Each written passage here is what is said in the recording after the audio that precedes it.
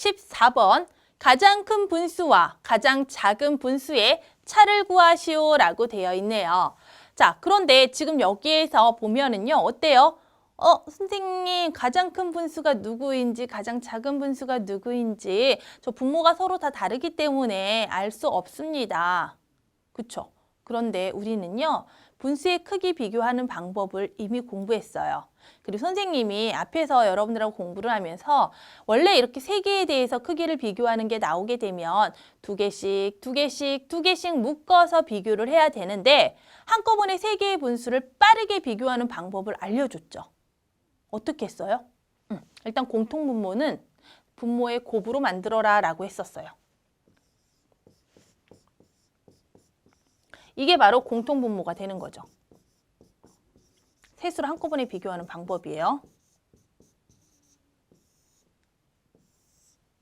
자, 그런데 얘는 원래 3분의 2였잖아요. 그러면 누구만큼 곱해졌어?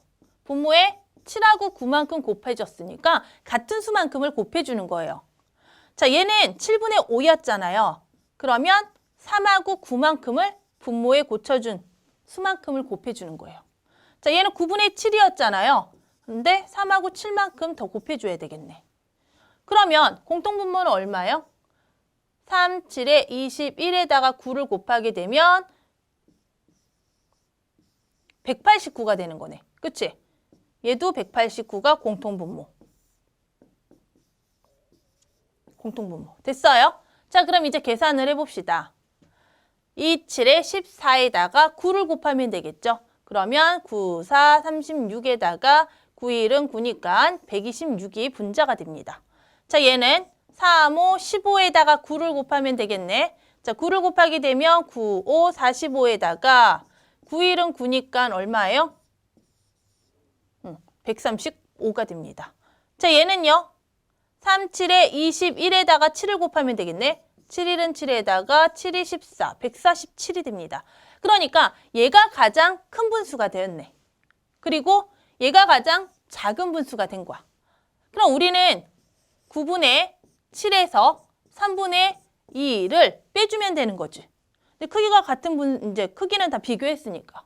그럼 빼줄 때는 공통분모를 9로 해서 빼주면 되겠네. 그럼 얘는 몇 배예요?